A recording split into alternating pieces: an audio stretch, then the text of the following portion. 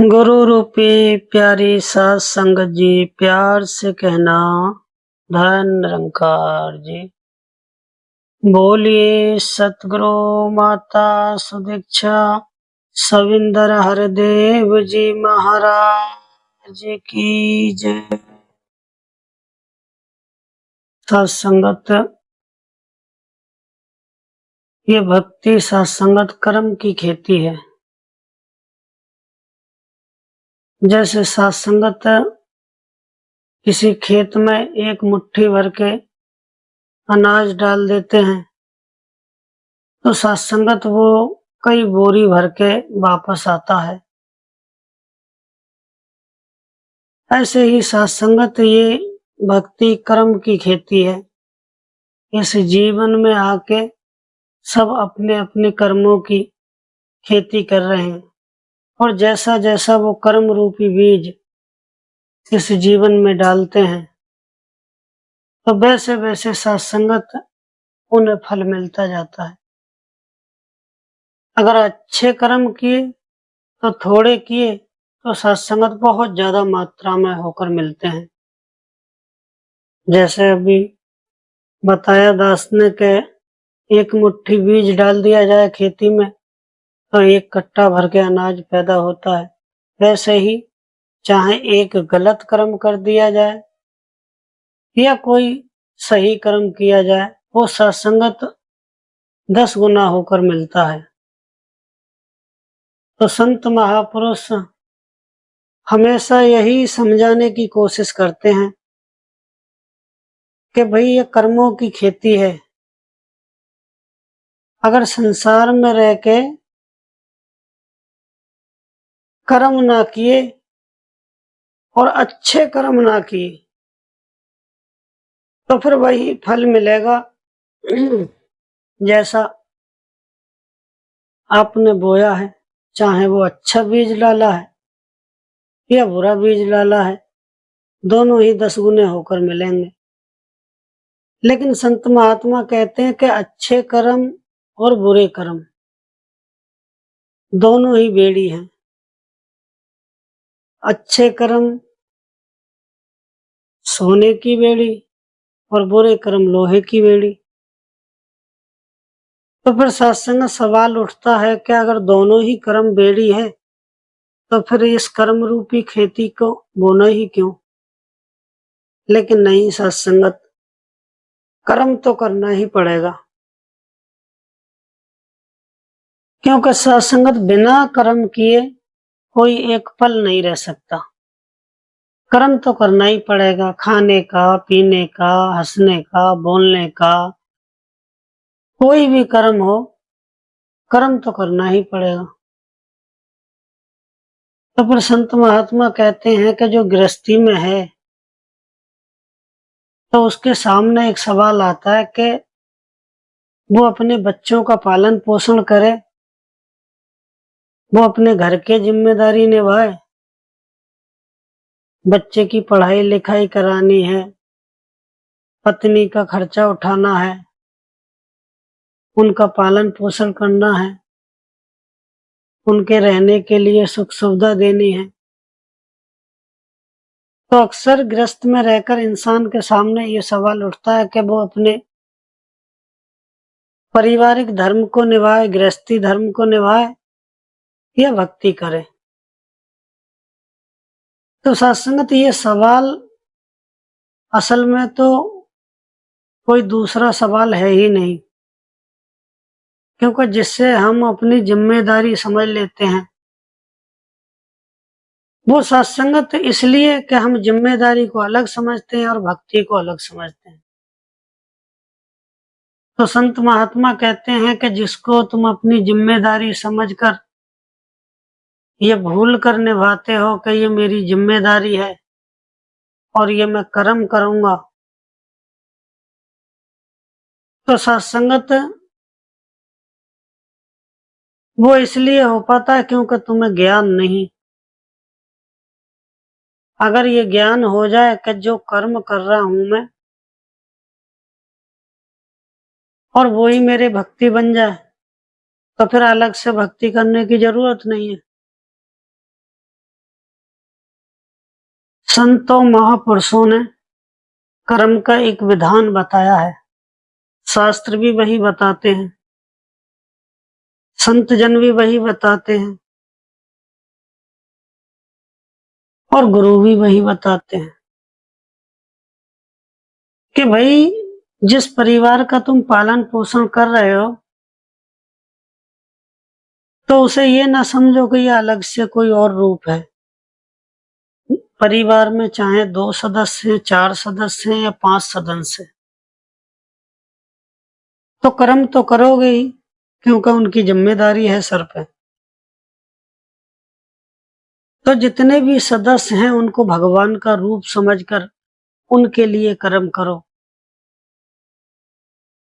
और जब उनके लिए कर्म करोगे और ये समझकर करोगे कि ये भगवान का स्वरूप ही है, मैं इनके लिए कोई अपनी जिम्मेदारी नहीं निभा रहा, मैं सिर्फ इनको भगवान का रूप समझकर जो भी कर्म करता हूँ वो मैं इनकी सेवा कर रहा हूँ। ये मेरे ऊपर थोपा नहीं गया, मेरे ऊपर बांधा नहीं गया है, ये मेरी जिम्मेदारी है और इस जिम्मेदारी को मैं भगवान का स्वरूप समझकर निभाता हूँ। मैं सुबह से उठकर शाम तक जितने भी कर्म करता हूँ वो हर कर्म सेवा समझकर करता हूँ और ये समझकर करता हूँ कि सब कुछ भगवान के लिए कर रहा हूँ, सब कुछ भगवान ही बने बैठे हैं, सब कुछ मेरे गुरु का स्वरूप ही है। और जब ऐसा करके मैं कर्म करता हूँ तो फिर वो कर्म कर्म नहीं रहते, फिर वो सेवा बन जाते हैं। क्यों? क्योंकि मैं हर स्वरूप को जो भी काम कर रहा हूँ उसे भगवान की सेवा समझकर कर रहा हूँ। तो फिर गृहस्थी में रहते हुए 24 घंटे मेरी भक्ति होती रहती है, मुझे अलग से कुछ करने की जरूरत नहीं है। लेकिन हाँ, जब इस गृहस्थी की जिम्मेदारी निभाने के बाद अगर खाली टाइम है मेरे पास, जब मैं घर पे खाली बैठा हूँ, कोई जिम्मेदारी नहीं है, तो अवश्य मुझे सत्संग जाना चाहिए। और सत्संग जाऊंगा तो फिर वहां मेरी सेवा बन जाएगी। घर पे रहूंगा तो परिवार के सदस्यों को भगवत स्वरूप मानकर सेवा करूंगा। तो इस तरह से मेरी 24 घंटे सेवा बन जाएगी। लेकिन सत्संगत ये युक्ति तब तक समझ नहीं आती जब तक हम ज्ञान नहीं लेते। जब गुरु की शरण में जाकर ये ज्ञान रूपी दात हमारे जीवन में आती है, फिर सत्संगत सब कुछ समझ आता है कि सुबह से उठकर शाम तक मैं जितने भी कर्म कर रहा हूँ वो कर्म सारे मेरे इस निराकार प्रभु परमात्मा को अर्पित हैं। मैं जिसकी भी सेवा कर रहा हूँ संसार में, जिसके लिए भी कर्म कर रहा हूँ वो भगवत स्वरूप है, वो कहीं ना कहीं मेरा प्रीतम ही है, मेरा गुरु ही है, जो इंसान रूप में प्रकट होकर मेरे घर में आया है और उसकी जिम्मेदारी मेरे ऊपर है। और मैं उसको भगवत स्वरूप समझकर, गुरु का स्वरूप समझकर उसके लिए काम नहीं सेवा कर रहा हूँ उसकी। तो फिर सत्संगत सुबह से उठकर शाम तक 24 घंटे मेरी भक्ति होती है। लेकिन सत्संगत बिना ज्ञान के इंसान वहीं फंसा रहता है कि वो घर की जिम्मेदारी निभाए या भक्ति करे। लेकिन सत्संगत ये दोनों चीजें अलग हैं ही नहीं, ये कर्म का विधान है कि सारे कर्म भगवान के लिए करो। फिर सत्संगत ये 24 घंटे की भक्ति बन जाती है और ऐसा करते हुए ही उसका उद्धार हो जाता है। शास्त्रों में सत्संगत 4 शब्दों का एक समूह बनाया गया, धर्म, अर्थ, काम और मोक्ष। लेकिन सत्संगत कभी धैर्य से बैठकर ये सोचना कि ये चारों शब्द एक ही क्रम से क्यों लगाए गए। धर्म, उसके बाद अर्थ, फिर का धर्म, अर्थ, काम और मोक्ष। शास्त्र ये आज्ञा देते हैं, सतगुरु भी यही आज्ञा देते हैं, संत महापुरुष भी यही कहते हैं कि भाई धर्म से चलो। तो आखिर वो धर्म क्या है? क्या इंसान का धर्म ये है कि वो उच्च कुल में जन्म ले लिया, वो इस जाति का है, या वो कोई नीची जाति का है, वो ऊंची जाति का है? नहीं सत्संगत, सारा अज्ञान तो यही फैला हुआ है कि मैं जाति पाति के चक्कर में फंसकर अपने धर्म को भुला देता हूँ। मेरे लिए वही धर्म है कि मैं हिंदू हूँ, मेरा हिंदू धर्म है, मैं मुसलमान हूँ, मेरा मुसलमान का धर्म है, मैं सिख हूँ, मेरा सिख धर्म। असल में तो वो धर्म है ही नहीं। इंसान का सबसे पहला धर्म है कि उसे संसार में जो भी जिम्मेदारी सौंपी गई है, मान लो किसी इंसान के परिवार में 4 बच्चे हैं, एक पत्नी है और छठा स्वयं खुद है, टोटल मिला के 6 हैं। अब उसकी स्वयं की अपनी जिम्मेदारी और उसके 4 बच्चों की और पत्नी की जिम्मेदारी उसके ऊपर है। अब उसका धर्म ये कहता है कि वो उन 5 की जिम्मेदारी करे, उठाए, उनका पालन पोषण करे, उनके रहने सहने के लिए व्यवस्था करे, और संसार में उसे जो कुछ भी मिला है, या कोई पदवी मिली है, या कहीं प्राइवेट नौकरी करता है, या सरकारी नौकरी करता है, या कोई कारोबार करता है, जो मेहनत करके कमाता है और उससे जो पैसा आता है, बस उसी पैसे का उपयोग करके वो अपने परिवार का पालन करे। ये धर्म है। क्यों? क्योंकि मालिक ने जो उसे बख्शा उसी में अपना गुजारा करे। लेकिन ये अधर्म कब बन जाता है कि सत्संगत वो इंसान कहीं सरकारी पोस्ट पे लगा है, या कहीं कोई कारोबार करता है, और सत्संगत उस पैसे को कमाने में वो या कहीं से घूस लेता है, कहीं से रिश्वत लेता है, या कहीं झूठ छल कपट करके वो उतना धन एक्स्ट्रा कमाना चाहता है जितना उसे अपनी मेहनत करके मिलता है, उसमें संतुष्ट नहीं रहता। वो सत्संगत अधर्म की कमाई लाना चाहता है, और जैसे ही सत्संगत ये करना शुरू हो जाता है तो पहला ही उसका चरण बिगड़ जाता है, जिसे धर्म कहा गया। और वो अधर्म की कमाई जब सत्संगत घर में आती है तो सत्संगत उस कमाई में पीड़ा होती है। किसी ने पता नहीं कितने दुख से वो पैसा कमाया है, कितनी मेहनत से कमाया है, और उसका पैसा झूठ बोलकर, घूस लेकर, रिश्वत लेकर वो सत्संगत अपना पद का इस्तेमाल करके घर में लाता है। फिर वही पैसा सत्संगत वो अपने परिवार पर खर्च करता है, और उससे सत्संगत जो अन्न आता है, उस अन्न में सत्संगत दर्द होता है, दूषित होता है, और जितने भी परिवार के सदस्य उसको खाते हैं, ग्रहण करते हैं, फिर सत्संगत घर में कलह, अशांति पैदा होती है। क्योंकि जैसा अन्न खाते हैं, जैसे पैसे का अन्न खाते हैं, जैसी अधर्म की कमाई का अन्न खाते हैं, वैसे ही बुद्धि भ्रष्ट होती चली जाती है। कहने का भाव ये सत्संगत कि मैं धर्म से नहीं चल पाया। शास्त्र ने आज्ञा दी, पहला ही चरण बताया धर्म, और धर्म के साथ दूसरा अर्थ, कि जो अर्थ कमाओ, अर्थ कहा गया धन के लिए, कि जो धन कमाओ वो ईमानदारी से कमाओ। तुम्हारा धर्म है अपने बच्चों का पालन पोषण करो, परिवार की जिम्मेदारी उठाओ और अर्थ कमाओ, धन कमाओ, लेकिन धन ईमानदारी का। जितना कारोबार से मिलता है, जितना कहीं सरकारी पद पे लगे हो वहां से मिलता है, या जितना अपनी मेहनत करके कमाते हो, वो धन अपने बच्चों पर खर्च करो। उसी को कहा गया अर्थ, कि पहला धर्म से चलो, धर्म का चरण पूरा हुआ, दूसरा अर्थ, और कह रहा जब इस अर्थ का उपयोग तुम ईमानदारी से करोगे तो सत्संगत वो काम बन जाता है। धर्म, अर्थ, काम। क्या वो काम कैसा होता है? एकदम प्योर, एकदम सच्चा। धर्म से चले, ईमानदारी से धन कमाया, और उस ईमानदारी से कमाए हुए धन को काम में लगाया। 3 चरण पूरे हुए, धर्म, अर्थ, काम। और जब ये तीनों चरण बिल्कुल सही तरीके से पूरे हो जाते हैं, फिर अंत में मोक्ष मिल जाता है। इसीलिए इन चारों शब्दों का एक समूह बनाया गया। शास्त्रों ने आज्ञा दी कि धर्म से चलो, अर्थ कमाओ, उसे काम में लगाओ और इन तीनों को ईमानदारी से करते हुए अंत में तुम्हें मोक्ष प्राप्त हो जाएगा।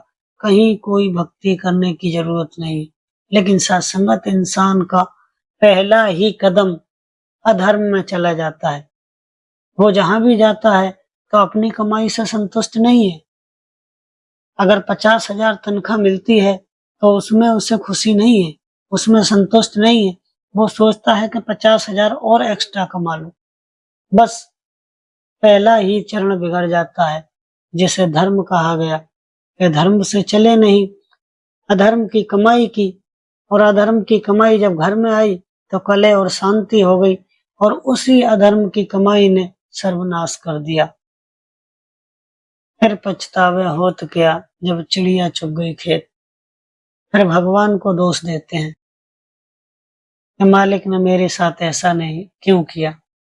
इसीलिए कहा गया कि सत्संगत ये कर्मों की खेती है, ये जीवन कर्म की खेती है। उसमें जैसा बोओगे उससे 10 गुना होकर तुम्हें मिलेगा। अच्छा करोगे तो अच्छा 10 गुना होकर मिलेगा, बुरा करोगे तो बुरा 10 गुना होकर मिलेगा। तो संत महापुरुष कहते हैं कि कर्म तो करो लेकिन मर्यादा में रहकर अच्छे कर्म करो, ईमानदारी से धन कमाओ, किसी के साथ छल कपट ना करो। तो फिर कोई भक्ति करने की जरूरत नहीं है। लेकिन सत्संगत मैं रोज भक्ति करने जाता हूँ, अधर्म का धन कमाता हूँ और फिर सोचता हूँ कि उसमें से 50,000 संतों महापुरुषों की सेवा में लगा दूंगा तो मेरा धन पवित्र हो जाएगा। तो पक्का समझ लो तुम अपने नरक का रास्ता तैयार कर रहे हो। कभी उससे उन्नति होने वाली नहीं है। ऐसे ही दास को एक कहानी याद आ गई। एक इंसान के मन में सवाल उठा कि उसे आम का पेड़ लगाना है। इरादा तो उसका सही है कि आम का पेड़ लगाना है, कोई बुरी बात नहीं है। लेकिन सत्संगत है, जब वो बीज बोता है तो बीज सत्संगत वो धतूरे का बो देता है। अब सोचो सत्संगत कि पेड़ तो उगाना था आम का और बीज बो दिया धतूरे का, तो सत्संगत फल किसका आएगा? फल भी तो सत्संगत धतूरे का ही आएगा। कहने का भाव ये है सत्संगत कि मैं संतों महापुरुषों की सेवा करना चाहता हूँ, समाज की सेवा करना चाहता हूँ, लेकिन उसमें वो धन लगाता हूँ वो सत्संगत मेरी अधर्म की कमाई का है। तो सत्संगत जब बीज ही खराब बो गया तो सत्संगत फल कैसा मिलेगा? अधर्म की कमाई से जो बीज बोया उसका फल भी सत्संगत विनाशकारी ही होगा। तो जिनके मन में ये भ्रम रहता है कि हम लूट खसोट करके, चोरी बेईमानी करके, किसी से झूठ बोलकर, छल कपट करके, घूसखोरी लेके, रिश्वत लेके बहुत सारा धन इकट्ठा करेंगे और उस धन में से कुछ संतों महापुरुषों की सेवा में लगाएंगे, कहीं भंडारा करा देंगे, कहीं लंगर करा देंगे और हमारा धन पवित्र हो जाएगा, हमारी वाह वाह हो जाएगी। तो पक्का लिख लो नरक ही मिलेगा। क्योंकि सत्संगत अधर्म की कमाई से की हुई सेवा कभी परवान नहीं होती। बीज गलत वो दिया तो सत्संगत फल भी बुरा ही मिलेगा।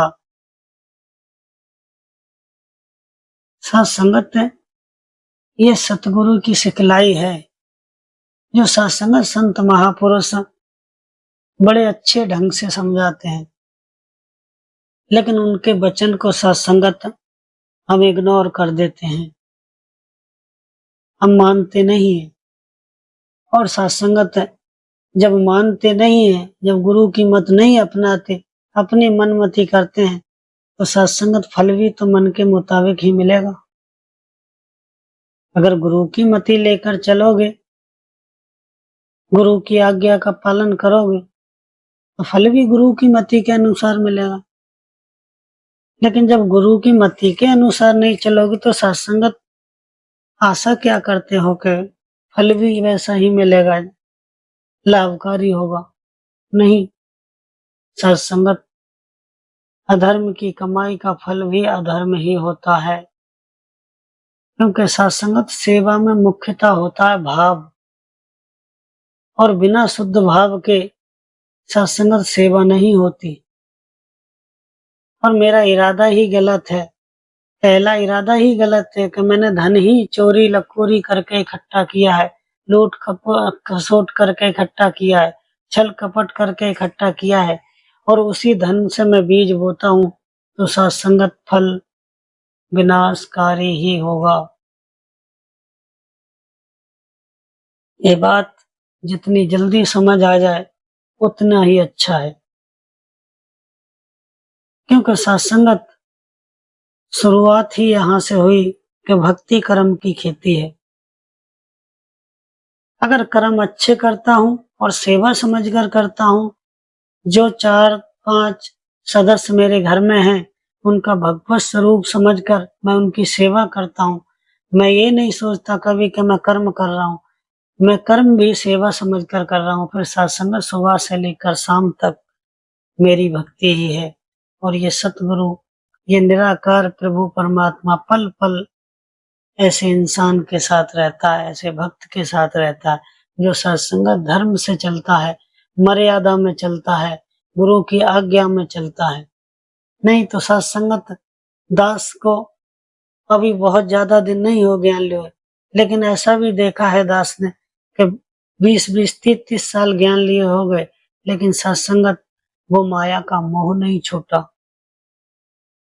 वो लालच नहीं छूटा, वो आदतें नहीं छूटी, एक गुरु का वचन जीवन में नहीं अपनाया, मुंह से कहने से कुछ नहीं, सत्संगत कर्म में ढालना पड़ता है। और जब कर्म में ढलता है तो सत्संग खुद को महसूस होता है, किसी को बताने की जरूरत नहीं। जिसका पेट भरा हो उसे खुद पता चलता है कि मेरा पेट भरा है, कोई दूसरा आकर नहीं बताएगा कि तुम्हारा पेट भरा है। अगर मुझे कुछ महसूस होता है, गुरु की कृपा मुझ पर हुई है, तो सत्संग सबसे पहले मुझे ही महसूस होगी, मुझे ही अनुभव होगा। और ये तब होगा जब सत्संगत मैं मर्यादा में चलूंगा, मैं गुरु की आज्ञा में चलूंगा। कहने का भाव ये कि सत्संगत हमें गुरु की आज्ञा में चलना चाहिए। गुरु सत्संगत हमारे अच्छे बुरे पता नहीं कितने करोड़ों जन्मों के ऐसे कर्म हैं जो सत्संगत पल पल गुरु को पता है, हर पल की पता है। लेकिन सत्संगत जब हम गुरु के चरणों में नतमस्तक होते हैं, फिर सत्संगत गुरु हमारे कर्मों को नहीं देखता, कुछ भी नहीं देखता, बस गुरु भाव देखता है कि शाम सुबह का भूला अगर शाम को घर आ गया तो सत्संगत माता पिता उसे प्रवान कर लेते हैं। ऐसे ही सत्संगत गुरु कोई कर्म नहीं देखता, वो सत्संगत बख्श देता है, सारे गुना बख्श देता है। धोवी कपड़ा धोवन लग्या, मैल कदे भी तकता नहीं, गुनाहगार नू बख्शन लग्या, बख्शन हारा थकता नहीं। सतगुर पूरा कदे गुनाह, देवल पांदा झक नहीं, सतगुर दे लई छोटी वड्डी, ऊंची नीवी जात नहीं। सतगुरु देता दात इलाही, जो भी शीश झुकांदा है, कहे अवतार वो रमे राम नु, एक पल अंदर पांदा है। ये करता है गुरु। ये सत्संग चाहे कितना भी अधर्मी हो, कितना भी पापी हो, अगर वो भी गुरु की शरण में आ जाए तो सत्संगत गुरु बख्श देता है। लेकिन हम सत्संगत छोटी छोटी बातों को अपने दिल में बिठा कर रखते हैं। तो संत महापुरुष कहते हैं कि ये कूड़ा है, गंदा कूड़ा, और गंदे कूड़े को सत्संगत अपने घर में संजो के रखोगे तो सत्संग जितना वो सड़ेगा उतनी बदबू ही देगा। लेकिन हम क्या करते हैं किसी ने कुछ कह दिया, उसको दिल में बिठा के रख लिया कि अब कभी मौका मिलेगा तो मैं बदला ले लूंगा। छोटी छोटी बातों को इतना कूड़ा इकट्ठा करके हमने अपने मनों में रखा है कि सत्संगत जब भी हमारा मुंह खुलता है तो बस उसकी बदबू ही बाहर आती है। क्यों? क्योंकि वो गंदगी अंदर है, वो सड़ रही है। और जब भी दरवाजा खुला तो उसकी बदबू आती है। फिर हमारी बोली से ही पता चल जाता है सामने वाले को कि कितना पाक साफ है। क्योंकि सत्संगत ये प्रैक्टिकल चीजें हैं। कूड़े को जितना इकट्ठा करके रखोगे वो सत्संगत जगह तो घेरेगा, जगह घेरने के साथ साथ सत्संगत वो बदबू ही देगा। जब भी दरवाजा खोलोगे सत्संगत बदबू के अलावा कुछ नहीं है, और जितनी देर रुकेगा उतनी ही और ज्यादा बदबू देगा। क्यों? क्योंकि वो अंदर अंदर सड़ता रहता है। तो संत महापुरुष कहते हैं कि ये छोटी छोटी बातें, किसी की ईर्ष्या करना बेफालतू की, किसी से बैर रखना, जरा सा कुछ किसी ने कह दिया तो दिल में बसा के रख लेना कि अब समय आएगा तो मैं बदला ले लूंगा, जरा जरा सी बातों की सहनशीलता ना होना, ये सत्संगत कूड़ा ही है जो पता नहीं कब से हम इकट्ठा करके अपने अंदर रख रहे थे।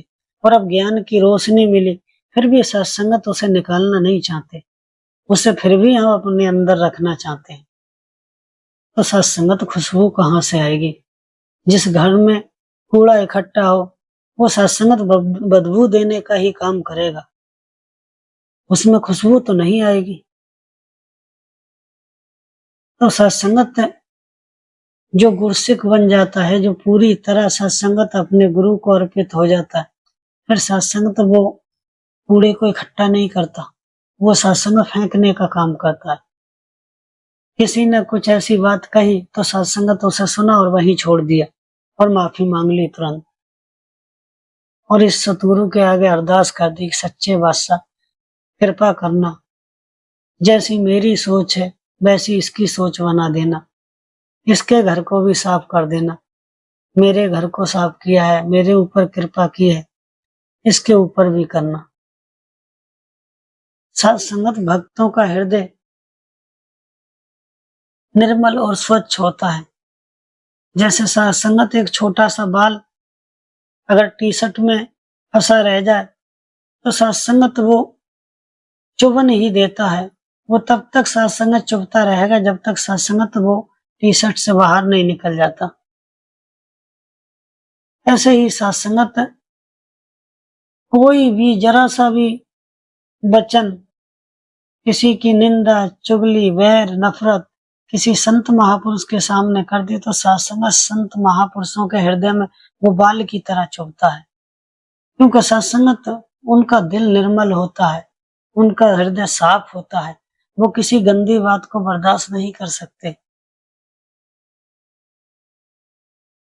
सत्संगत उनके व्यवहार से पता चलता है, उनके वचनों से पता चलता है, उनकी बोली से पता चलता है कि सत्संगत चाहे संसार का कोई भी इंसान हो, अगर उनके सामने बुराई करने लगो, निंदा करने लगो तो सत्संगत वो ना तो निंदा सुनेंगे और ना तुम्हें करने देंगे, और ज्यादा कुछ किया तो सत्संगत क्रोध भी करेंगे। क्योंकि क्रोध करना भी बुरा नहीं है, सत्संगत समय और परिस्थिति के अनुसार सब जायज है, ये नेचर में शामिल होता है। सत्संगत हर इंसान के स्वभाव में शामिल है। अगर किसी को थोड़ा बहुत क्रोध आता है तो जरूरी नहीं वो इंसान गलत है, क्योंकि समय और परिस्थिति के अनुसार क्रोध भी आना लाजमी है, और अगर सही समय पर वो क्रोध किया जाए तो वो जायज होता है, लेकिन मर्यादा के बाहर किया जाए तो वही क्रोध सत्संगत दुख का कारण बनता है। यदि आप अपने बच्चे पर क्रोध करते हैं तो सत्संगत कोई दिक्कत नहीं, और आप किसी और के बच्चे पर क्रोध करते हैं तो सत्संगत वो ही झगड़े का कारण बन जाता है। क्यों? क्योंकि सत्संगत आपको मर्यादा दी गई है, आपको अपने बच्चों की जिम्मेदारी दी गई है। आप अपने बच्चों को क्रोध पूर्वक समझा सकते हैं अगर सही रास्ते पर नहीं आए, लेकिन किसी दूसरे को नहीं। वहां वर्जित है, यहाँ मर्यादा है, वहां मर्यादा नहीं। कहने का भाव ये सत्संगत का हर चीज सही है, समय और परिस्थिति के अनुसार सही है।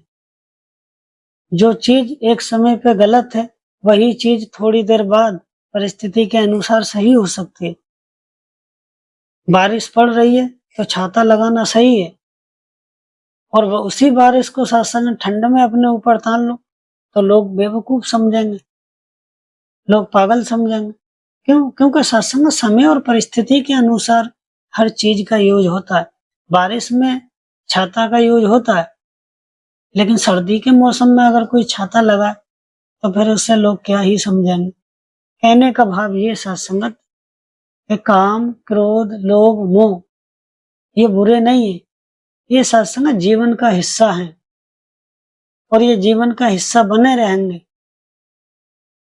इनका त्याग नहीं करना है, लेकिन इनका यूज करना है सही समय पर।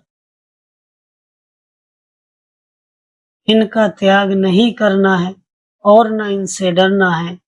कहे हरदेव के गुरुमत से ही काबू इनको करना है।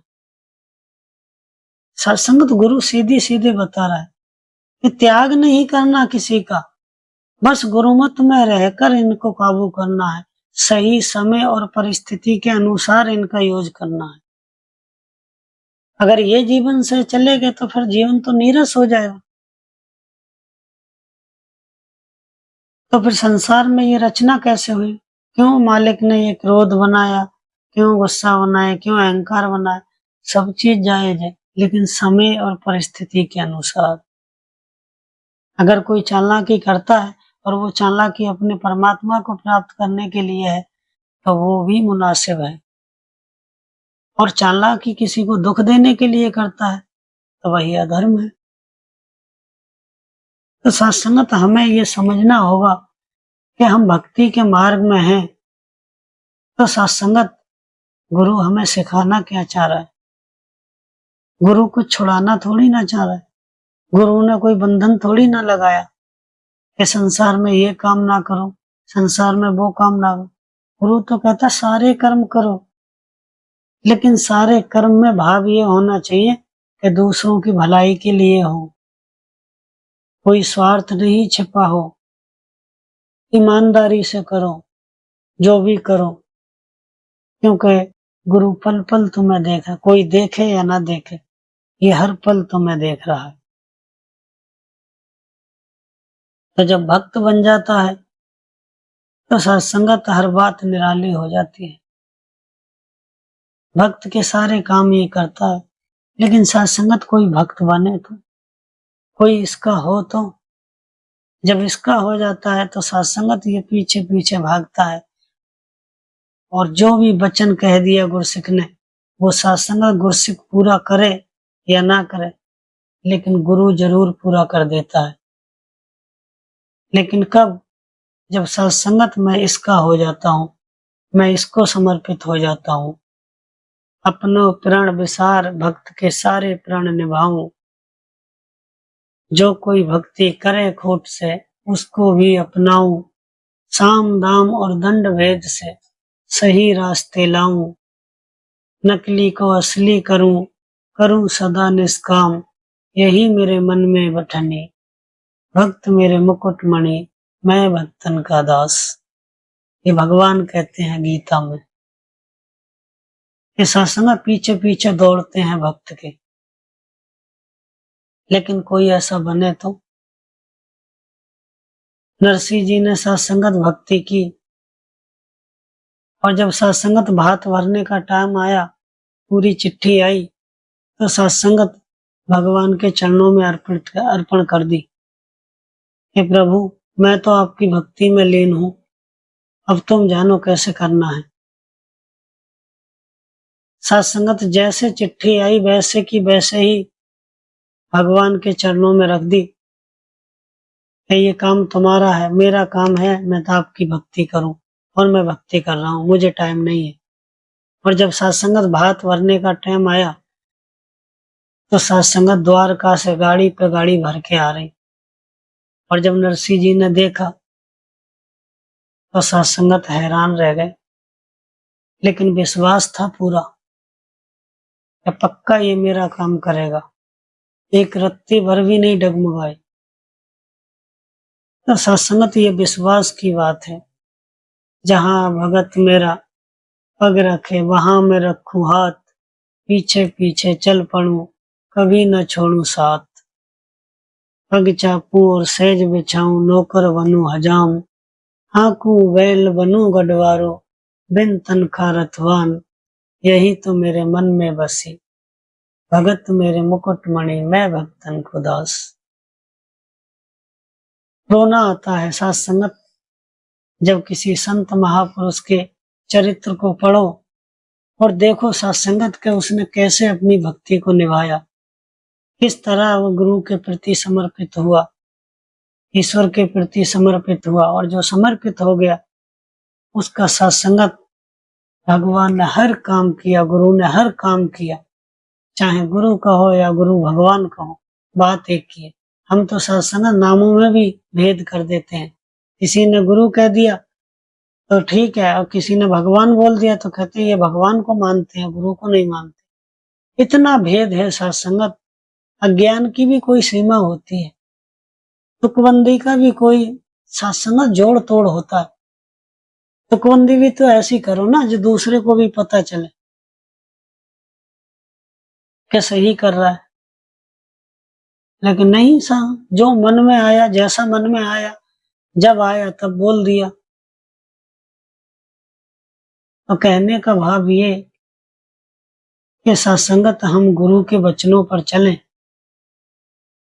गुरु की मर्यादा में रहें, और जो जो गुरु कहता है वो सत्संगत हम करते चलें। अगर कुछ नहीं आता तो सत्संगत मान तो लो कि गुरु ऐसे कह रहा है। गुरु कह रहा है सेवा सुमरन सत्संग, बस ये तीन चीजें करते रहो, आपका उद्धार हो जाएगा। लेकिन ईमानदारी से, इरादा ईश्वर को प्राप्त करने का हो। ये नहीं कि मैं सेवा सुमरन सत्संग तो सब कर रहा हूं लेकिन सत्संगत जीवन में खुशियां नहीं आ रही। आएंगी कहां से? क्योंकि सत्संगत जिस भाव से करना था उस भाव से तो मैं कर ही नहीं पाया। भाव तो ये होना चाहिए किसी काम को करने के पीछे, किसी सेवा को करने के पीछे, कि मुझे प्रभु की प्राप्ति हो, और ये जो कुछ कर रहा हूं मैं सिर्फ भगवान के लिए कर रहा हूँ, गुरु के लिए कर रहा हूँ। गुरु ने ये जिम्मेदारी दी है, गुरु की सेवा समझकर कर रहा हूँ। चाहे वो तन से कर रहा हूँ, चाहे मन से कर रहा हूँ, या धन से कर रहा हूँ। पहले ही प्रण में तीनों ले लिए कि तन मन धन निरंकार का है, तो फिर मेरा क्या बचा? मेरे पास तो यही था। एक ये दिखता हुआ शरीर था, तन था, एक मन था जिससे मैं सारे काम सोच के कर दूं, और तीसरा धन था, और तीनों ही गुरु ने पहले प्रण में ले लिए, तो फिर मेरा क्या बचा? लेकिन देने के बाद भी मैंने छोड़ा नहीं। मुंह से कह दिया ये तेरा है, लेकिन मानसिक रूप से कभी नहीं छोड़ा, हृदय से कभी नहीं छोड़ा। हृदय में तो आज भी वही है कि 10 रुपए की सेवा करता हूँ तो उसके बदले 500 मिलेंगे। एक भंडारा कराता हूँ, एक लंगर कराता हूँ, तो उसके पीछे कहता हूँ बड़ी कोठी बनकर तैयार हो जाएगी, मेरे बेटे की नौकरी लग जाएगी। क्या सत्संगत ये चीजें नहीं मांगूंगा तो क्या मेरे बच्चे की नौकरी नहीं लगेगी? क्या मुझे खाने को नहीं मिलेगा? क्या रहने के लिए मकान नहीं मिलेगा? सब कुछ मिलेगा, लेकिन मांगने से वो सत्संगत चीज कम हो जाती है। अगर इस परमात्मा को मांग लिया तो सारी सृष्टि इसकी है, फिर कौन सी चीज तुम्हारी नहीं है? सब कुछ तुम्हारा है। लेकिन हमारा पहला कदम ही गलत है। हम मांग ही संसार के सुख भोगों को लेते हैं, तो फिर परमात्मा कहाँ से आएगा? वो तो तब भी मिल रहे थे जब सत्संगत भक्ति नहीं कर रहे थे। अब भक्ति कर रहे हैं तब भी हम उनको ही मांग रहे हैं। भक्ति करने का तो फल होता है कि मैं ये अरदास करूं कि परमात्मा मेरे जीवन में आए, और जब ये जीवन में आ गया तो सत्संग दुनिया के सारे सुख सुविधा मेरे पीछे दौड़ेंगे। और फिर भी मेरा मकसद उन सुख सुविधाओं को पाना नहीं, इस परमात्मा को पाना होगा, गुरु को पाना होगा, गुरु के प्रति समर्पित होना होगा। तो ऐसी ही अरदास प्रार्थना के सच्चे बादशाह, जो तूने सोच बख्शी है, जो तू अपना प्रचार कराना चाहता है, जो तू कराना चाहता है वो करा लेना। दास को भी इतनी समर्थ बख्शना, इतनी शक्ति देना कि सच्चे बादशाह जैसा तू चाहे वैसा करा लेना, वैसे ही चलाना, वैसे ही आचरण कराना। जो तेरे अनुकूल हैं, जो तेरे विरुद्ध हैं, वो आचरण कभी ना हो पाए। कभी ऐसा समय आए तो सच्चे बादशाह तो हाथ पकड़कर अपने चरणों में बिठा लेना। और सारी संगत के लिए यही अरदास प्रार्थना कि सच्चे बादशाह जो जो जीव तेरे चरणों में जुड़े हैं, तो उनका हाथ पकड़े रखना सच्चे बादशाह। जीवन की अंतिम सांस तक इन संतों महापुरुषों की तोड़ निभा देना। प्यार से कहना जी, धन निरंकार जी। बोलिए सतगुरु माता सुदीक्षा सविंदर हरदेव जी महाराज की जय।